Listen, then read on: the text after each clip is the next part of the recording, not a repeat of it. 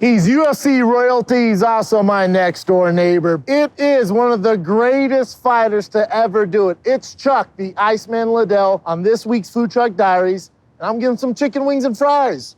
Let's go.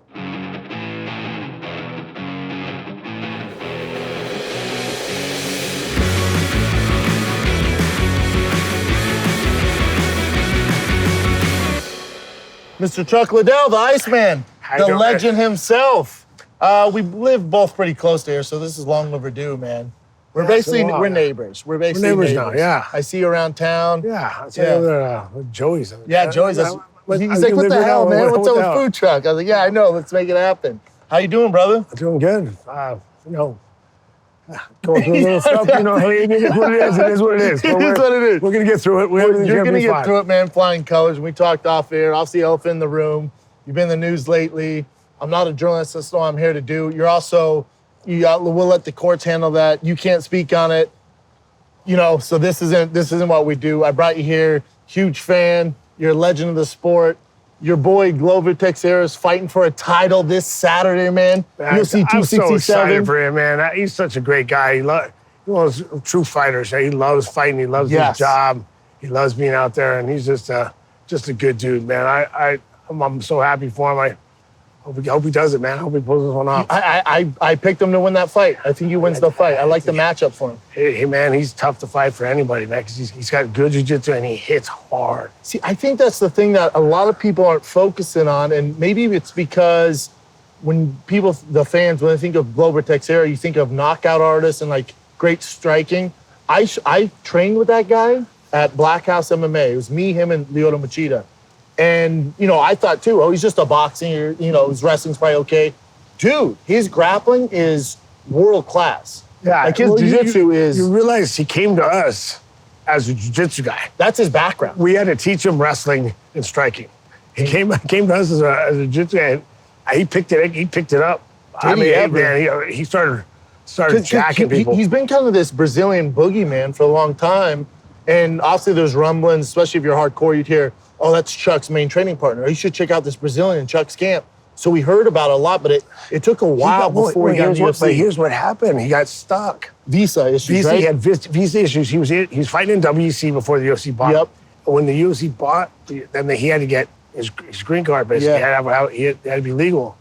And so he got promised, when he was going through all the stuff, they were working with Brazil, that, hey, just fly back here, we'll fix stuff up, and we'll send you back. Yeah. And we'll give it to you, and you come back, and then they didn't let him back in. They wouldn't let him back in. That's what I heard. It was like three, I don't know how long it was. It was a long time. I was thinking that really what would have been his prime. His prime, but I think he has such a great story, and I do believe in, it's his time. You see what he's doing. Yeah, and he's getting better and better. I mean, I think he's putting things together great, and hey, he's got a shot at this one. I think he can do it. I also think the pressure's on Jon in this fight. It's not on Glover, because Glover, it's like, he's been around the UFC, he's had fights, he's a veteran. So now it's like, all right, Jan's fighting Glover, and it's like, I think most of the pressure's on Jon. Oh, for sure, 100%. And not to mention, Glover's one of those guys that he doesn't feel that pressure. He loves to fight, man. He's a monster. He's a lot like you, man. Like, it doesn't look like much gets to him. I see your nickname, the Iceman, came from you being so chill inside there, not being nervous. But I've heard some legendary stories about you and Glover and at Pit. At the Pit, and you guys going at it. Oh yeah, that's the one guy back then that could push me on anything. Like really? We were going after me, Air 9, going after all the sprint drills, all that stuff. He was a guy that really could push me. And sparring, yeah, we went after him. That's what I heard. I had fun with him, I remember when I was going to fight Babalu, he was getting so pissed off. He's like, Babalu, takes you down. He can't beat you in a jiu-jitsu match. So he's like freaking out. I'm like, he's like getting so upset. So we roll, and he's like, every once in a while I catch him go after like a triangle, or almost catch him. Yeah. He's like, man, where'd that come from? Like, he didn't expect it from me, and that was the beginning when we started playing. But I play around with jiu-jitsu a little bit. Yeah, that's the other thing on you. Like, people, again, because you're, the sprawl and brawl, and also you knock dudes out, and, top 5 most famous fighters of all time, probably the most recognizable fighter of all time. On Entourage, you're on all these commercials. You're kind of like pre-Conor McGregor, you were the guy. Like, you were the face of the UFC, you know? Yeah, I had a lot of fun, man. I got to do so many fun things because of this. I mean, I got to be on Entourage. Yeah, that's right. You're on Entourage. Simpsons. Yo, really? The character on The Simpsons. Sick. I got to do that. Best part about that was, though, I got to go to a live reading, like a pre-read. Oh, like a table read? Table read. And watching Hank Azaria. Oh, he do does a bar all the scene. voices, right? He does a bar scene. Yeah. He did them in voice, in character. Oh, my God. And him going back and forth and having a conversation with himself in character was amazing. Yeah, he's Watch so that just go back and forth in his voice. I'm like, watching the same guy talk to himself. He's a beast. It's great. Back to Glover, I'm sure, you know, obviously you're here, you got a family, you got your kids. It's in Abu Dhabi. No one wants to fly to Abu Dhabi, let's be honest. It was in Vegas. I'm sure you'd be there, but I'm in Vegas for sure. You'll be watching the fight at home when Glover fights? I'm not going to miss it, man. Yeah. No way. I'm excited about this, man. It's going to be, we're watching it live. Yeah, man. And when you look at the state of the UFC, did you picture it'd be this big? Obviously it was big when you were fighting, but now it's kind of a different animal. Now it's more viewed as like, you know, like an NFL or NBA. Like the UFC is. Yeah, I remember going to. Well, I remember we was going to, I think it was Boston, to try to talk him into putting us in the leisure section. You know, and then, you know, by the end of my career, the leisure section was calling me up to ask me where I like to vacation. Yeah. So I mean, it's such a big difference. You know, now you know we're on ESPN. You know, it's a big deal. ESPN Plus, right? Yeah. The fights are out. There's 3 fights this weekend. And do you still work pretty close with the UFC? I still do stuff for them. I do stuff here and there. Yeah, I still love the sport. I'm just like promoting the sport. So yeah, get out there. So you're still involved? Because I know obviously Forrest Griffin's like, he's an employee, so he works for the UFC, but you just come in time to time. I just come here and there. I just kind of freelance, whatever. But you're still close with everyone, Dana. I'm still good with everyone down there. I'm still happy. You know, I don't know a lot of the newer guys. Yeah. But, you know, all the old guys. There's so many guys down there. There's so many guys. Oh, yeah. Well, people, and you watch all the fights, man, there's like...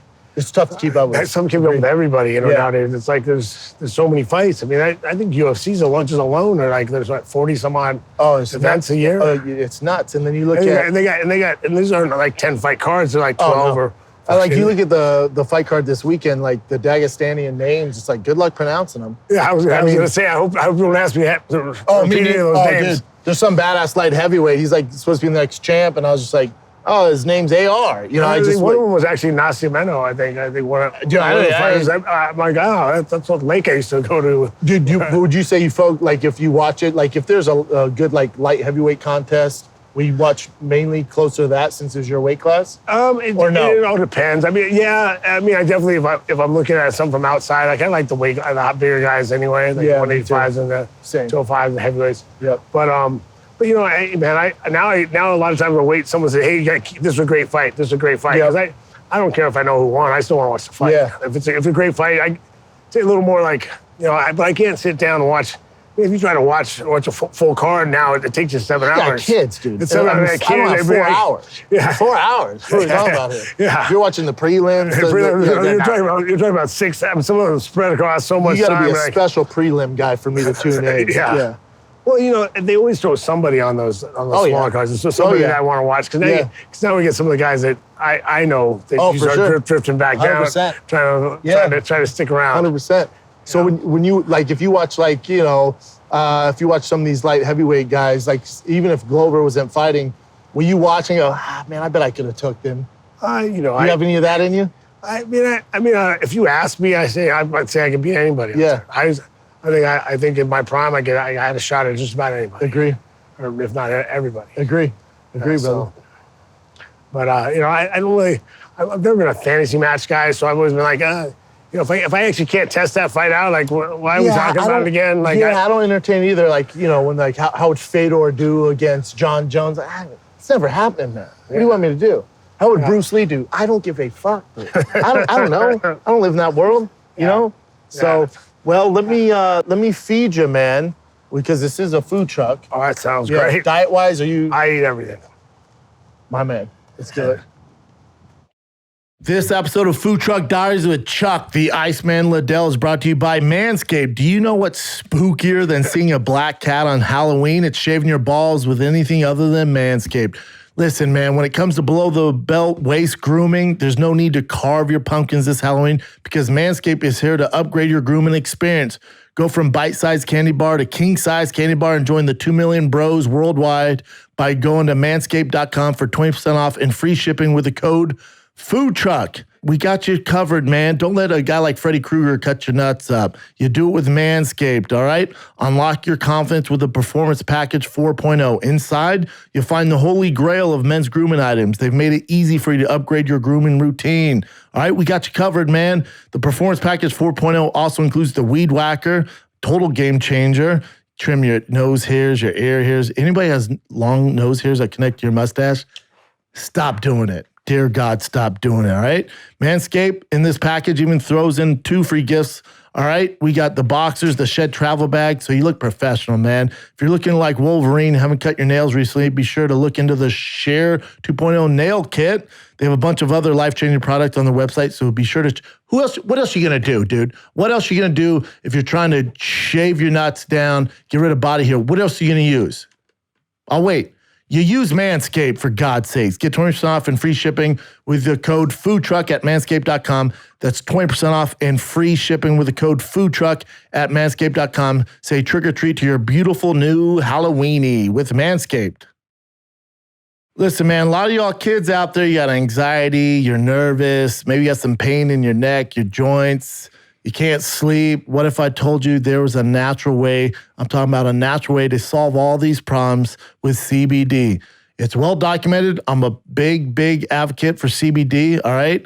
And if you're going to try it, you got to mess with premium CBD, somebody you can trust, something that whatever they say is on the label is actually in the bottle that you're getting. And that's where Feels comes into play, man. Feels is a better way to feel better. Feels is premium CBD that will help you keep your head clear and feel your best, all right? It's hassle-free, delivered directly to your door, all right? CBD, like I told you, helps reduce stress, anxiety, pain, sleepiness. There's no hangover. There's no addiction. It's completely safe, all right? Place a few little drops of Feels under your tongue and feel the difference, all right? Get going, man. Feels offers a free CBD hotline to help guide you, man. We got you covered, man.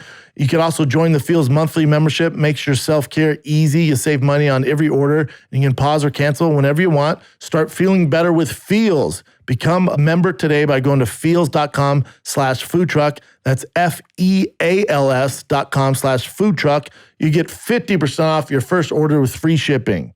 Feals.com/foodtruck. FEALS.com/foodtruck. I don't eat a lot of carbs, but I try to stay low carb, but during the food truck, Hey, but- how you doing, man? I'm good, and you? I'm great, brother. How you doing? I'm doing great. What's your best thing? Lobster truffle fries. Ooh, lobster truffle fries. wow. I'm gonna have to try those. I'll do order the lobster truffle fries too, and then I'll do the wings. I need some wings too. Then garlic, parmesan, And the garlic parmesan? and then OG hot for sure.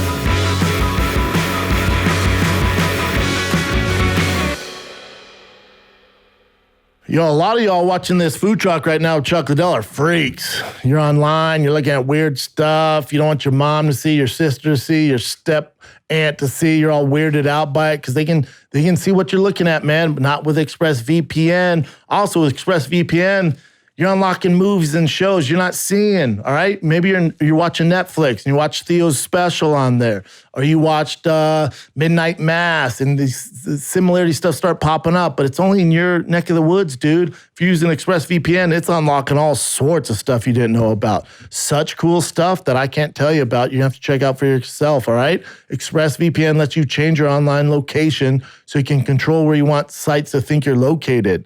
Open the app, select the location, tap one button to connect, and refresh the page to access thousands of new shows and movies. Choose from almost 100 different countries. Whatever it is, man. Japanese Netflix, UK Netflix, we got you covered, all right? You can stream in HD, no problem, no buffering, no lag. Connects with all your stuff, phones, laptops, smart TVs, and so much more. Even your phone, go to expressvpn.com/foodtruck to get an extra 3 months of ExpressVPN for free. expressvpn.com/foodtruck. We'll get back to the show with the Iceman, Chuck Liddell. But man, a lot of y'all drive some beaters, or maybe you have that classic car. It keeps breaking down, all right? And you're taking it to the shop and you're spending so much money, man. And it costs a ton of money. You could be spending stuff on other cool stuff, like tickets to my shows on tour, all right? I'm in Dallas soon. And then we got a bunch of other dates. You could save money on groceries, your kids' diapers. Why just put it all into your car, man? Why would you choose to spend 30%, 50%, 100% for the exact same auto parts at a chain store or new car dealership? Stop doing that. Use my friends at rockauto.com. We will save you money. Rockauto.com is a family business serving auto parts customers online for 20 freaking years. Go to rockauto.com to shop for auto and body parts from hundreds of manufacturers. We got you covered, man. Best of all, prices at rockauto.com are always reliably low, and the same for professionals or do-it-yourselfers. Why spend up to twice as much for the same parts? What are you doing, man? Save money, drive a cool car that works. Go to rockauto.com right now. See all the parts available for your car or truck. Write food truck in their "How did you hear about us?" box so they know I sent you. They have amazing selection, crazy low prices, all the parts your car will ever need. rockauto.com. Write food truck in their "How did you hear about us?" box so they know my thick ass sent you. rockauto.com. All right, Chuck, let's dig in. Oh, you got this, man. You got the lobster. I know, you're not messing around, man. The lobster looks pretty legit. Usually seafood from trucks I don't trust, but this looks pretty legit. When I've always been curious, when you go into the barber, you're like, give me the Iceman. You know what I'm saying? Because it's your, like, if I wore that, they'd be like, dude, what are you doing?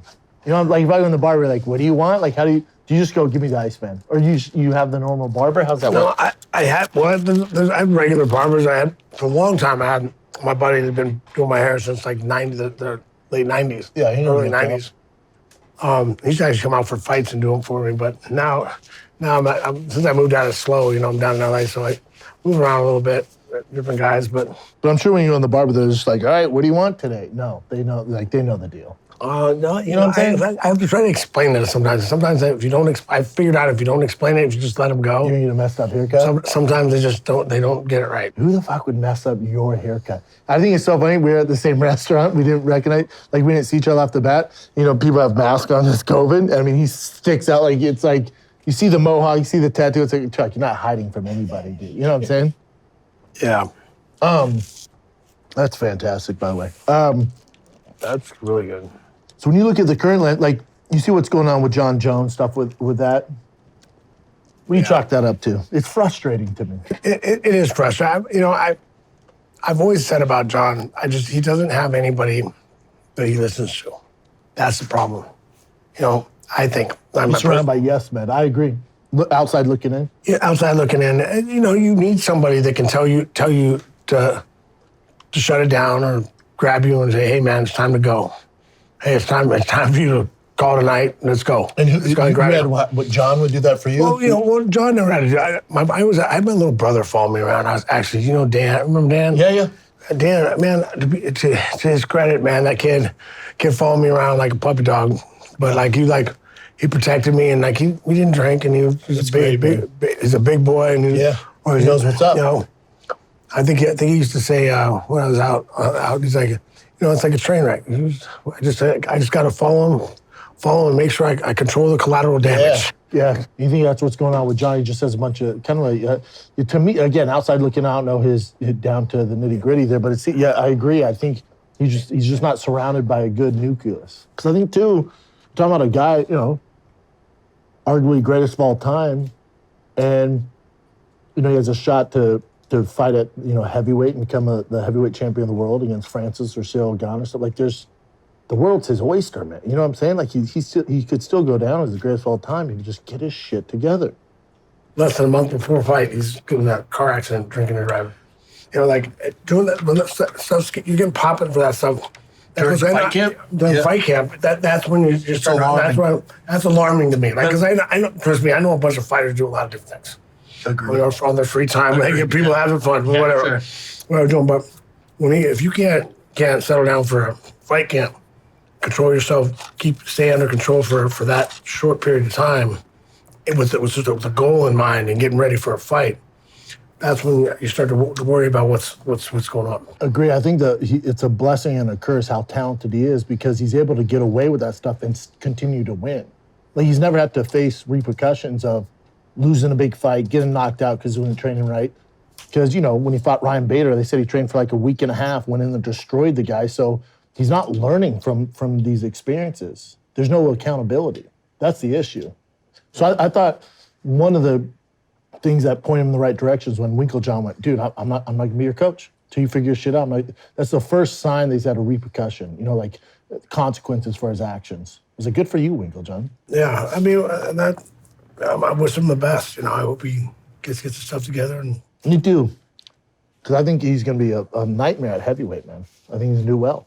Yeah, he's gonna be tough. I mean, a big athletic. You know, he's athletic. He's long. Can wrestle. You know, he's creative. Yeah. His reach. You know, I'm excited for him. Where are you at as far as, especially when you were fighting, this stuff wasn't going on, but kind of the YouTuber fights, the celebrity fights, obviously the Paul brothers are the talk of the town. Where are you at on that stuff? It is what it is. Are you a fan of it? Yeah, hey, man, as long as guys are getting paid, I don't care. If that's where I'm at. And here's my thing. It's like, if that's what you're watching, the things that get weird is like people they order one of those fights and then they complain about what they're watching. That's what you ordered.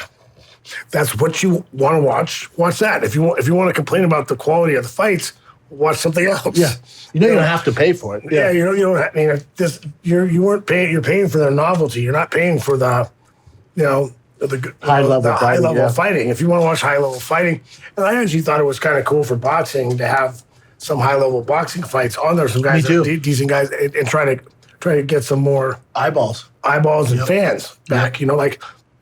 Because there's the people that are just watching it that never watch fights. They're just watching it because of young YouTubers, Yeah, they're watching the YouTuber guys. So maybe if you can steal some of those, hey, that boxing was pretty cool too. Yep.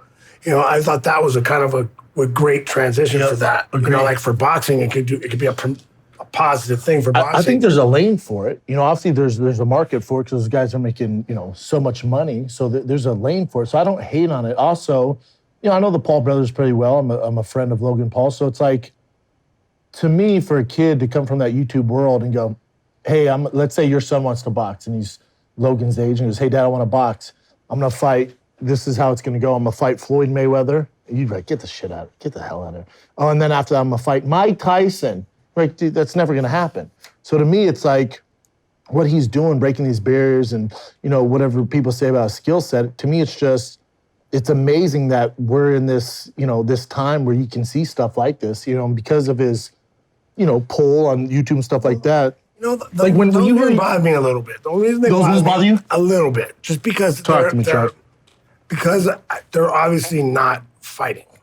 You think it's glorified sparring. Yeah. You know, and I, you know, which is fine. I'm not mad at anybody for making money and doing that. Yeah. For sparring. Yeah. But you wish it was like. I mean, if you're gonna go out there and fight, it should be a fight. Yeah. I don't mind, and I don't mind. I don't care who wins. Like you wanted like Floyd to. Yeah, I get that from a pure standpoint. It's like Floyd, unleash the fury, dude. Like give him. He carried him. He held him. He held him up. Yeah. Like he wasn't trying to knock him down. I think it looked to me like he really held him up. You know, there's rumblings of Logan fighting Mike Tyson next, and that's going to be next year. Rumblings might definitely be happening. But still, guys, they get out there. I got all the respect in the world for them. They're getting out there and fighting real guys. They're fighting real guys. And Mike, I'm sure you've been around Mike Tyson. I know Mike. Yeah, Mike's great. Yeah, I know him well. Yeah, but he's a scary dude. You know, it's like you're like Jesus Christ. And just watch it. And he still looks scary with his last fight. Yeah, it's still there. It's still there. Yeah, he's still got. He's got. See him hit the bag still. Yeah, man, that man can hit. Yeah. So with Logan and Mike, to you, you're kind of like, yeah, it's a glorified sparring match. I mean, but my only agreement with that before you say anything, like when Roy Jones and Mike fought, to me that wasn't a real fight either. I think it was a glorified sparring match. Yeah. Yeah, it was glorified sparring. Hard sparring. Yeah, hard sparring. Yeah, it looked like Mike was. I've seen you spar harder. Yeah, I liked it, and I think Mike at the end was a little mad that. He was tired. He wasn't giving enough of a show at the end. Yeah, agree. You know, he wanted a little more of a show. I was like, hoping, please get mad enough to hurt him. Yeah, please get mad. See, that's where I'm at with Logan Paul. It's like, dude, if you hit Mike with the wrong jab, That I know he's all like smoking weed and taking shrooms and he's all one with the earth, dude. You hit him with a jab, that Iron Mike, Brooklyn, fucking Brownston kid's gonna come out, dude. You know, I'll watch it. Yeah, I'll watch that shit. Hey, but one thing, guys, please, just can we get the walkout? The one thing I miss, I figure if nothing else, I get that old Mike Tyson walkout. Oh, I know. I just want to see a real walkout. He's almost too friendly now. Well, he's like waving to the crowd. You're like, no. But make it that menacing walkout. Just do that just for me. Agreed. Just for the old fans. Chuck, man. The old fans. I know. Man, I remember watching him come out, man. It was the best my back God. in the day. It'd give you goosebumps. Like, who the hell is he gonna murder today? Exactly. Do you have any desire? Like, let's say Logan Paul in some weird world beats Mike Tyson, gets on the mic and goes, "Iceman, you're next." Would you be like, yeah, dude, we're not going to spar? We're not sparring. Yeah. It's not going to be sparring. Yeah. I mean, I'll do it, but it's going to be a fight. Yeah. If I you only do it if it's for real. Yeah. Well, I mean, I don't know. I mean, I might do Tyson. If Tyson wants to spar, I could just for, that'd be fun. Just because it's Tyson. That makes sense to me. Tyson wants to spar, I'll get out there and spar with Tyson. See, I think as far as like the hardcores go and like things that would make money, like you and Mike Tyson, like you're obviously the face of mixed martial arts. You're on the Mount fucking Rushmore of MMA. You're the guy, right? You're the guy. So you're the MMA guy. You have Tyson. He's the boxing face. To me, this is, I don't know who your manager is. There you go. This is an easy, hey, Mike. You guys are both in Cali? Like, dude, this is such an easy sell. Yeah, who wouldn't watch Chuck Liddell and Mike Tyson spar? Or fight? Fight. We can fight. Either way. You'd be sick. It's boxing, but always got a shot. But you can box. I can box. We can box with the best of them. But and then I think if you separate, I think Logan Paul's doing whatever's gonna make him the most money, get the most eyeballs. I think Jake Paul's on a different path. When you see him when he fight Ben Askren, like that wasn't I don't think that was sparring. No, like he he did. And then Woodley, they're fighting. I think that what they're being smart. They're working his way up. And I've said this before about like Woodley's one of those guys. He's a mediocre striker in MMA. Yeah. But that's when you have to worry about him taking you down. Correct. If you don't worry about him taking you down, you're going to lose. So that changes everything. But now but if you don't have to worry about him taking you down, I mean, look what happened. Tito fought Anderson Silva. Yeah. He's not worried about you taking him down. It's over. Lit him up. Like, there's no way you're going to fight a guy like Anderson. I knew that. People asked me about it. I said that before the fight. I said, he's thinking about it, making it out of the first round unless Anderson was told to carry him. Yeah, because did you see Anderson versus Chavez Jr.? Oh, yeah. I mean, Chavez, say what you want. He's not his dad, but he's pretty fucking. He was talking about he's a real champ. boxer. And Anderson Silva kind of put it on him, man. Yeah, oh, yeah. And they're like, he's fighting Tito next. I'm like, why would Tito do that? In the straight boxing match? Yeah, I don't know. They must have paid him a lot, I guess. Maybe. I hope. Maybe. To take that fight seems like that's the only way he would make that mistake. I don't think he has had it in. I don't think in his head he thought he could beat Anderson. Sometimes when these guys take these fights, I don't know what they're thinking, but I think you've done well with it. I mean, obviously you had that Tito fight a while back, but like you're good, man. You know what I'm saying? Like you're a legend. Like you're good. You're a smart guy. I think some of these guys, they get stuck in that where all they know is fighting, and then they're chasing that drag. It's tough to see. Like I'm sure now, you look at BJ Penn, you're shooting guy, Diego Sanchez. You look at guys who were around, especially when you're fighting. Those guys were around, man. So you look at them continue to do it. It's like, man, for their safety, I want them to stop. But it's easier said than done, man. Oh yeah, for sure, definitely. I mean, I still love fighing. I still love being out there. You. Training. You like to do it. I mean, sometimes people offer you enough money. It's like you said. I mean, that much money to fight. I've already taken a lot of beatings. Might as well. Yeah. I'll go out there and take another shot at it. Yeah. Like I mean, I'm just spitballing ideas here. Even you, Evander Holyfield, dude. You're telling me you went to Evander? Yeah, we talked. Oh, the way he fought. He was terrible. I got Evander. No problem after that. When he threw that left hook and fell through the ring, I'm like, holy shit, this is bad. We were in talks to fight him back in like 2007, and a kickboxing match. Why would you agree to that? I don't know. And you can just kick his legs? They kept saying that. Well, first they said leg kicks. I said okay. They said no. They said, well, No leg kicks. I said, okay, no problem. But can you head kick still? I can still head kick. I'm like, I can still head kick. Okay, you know.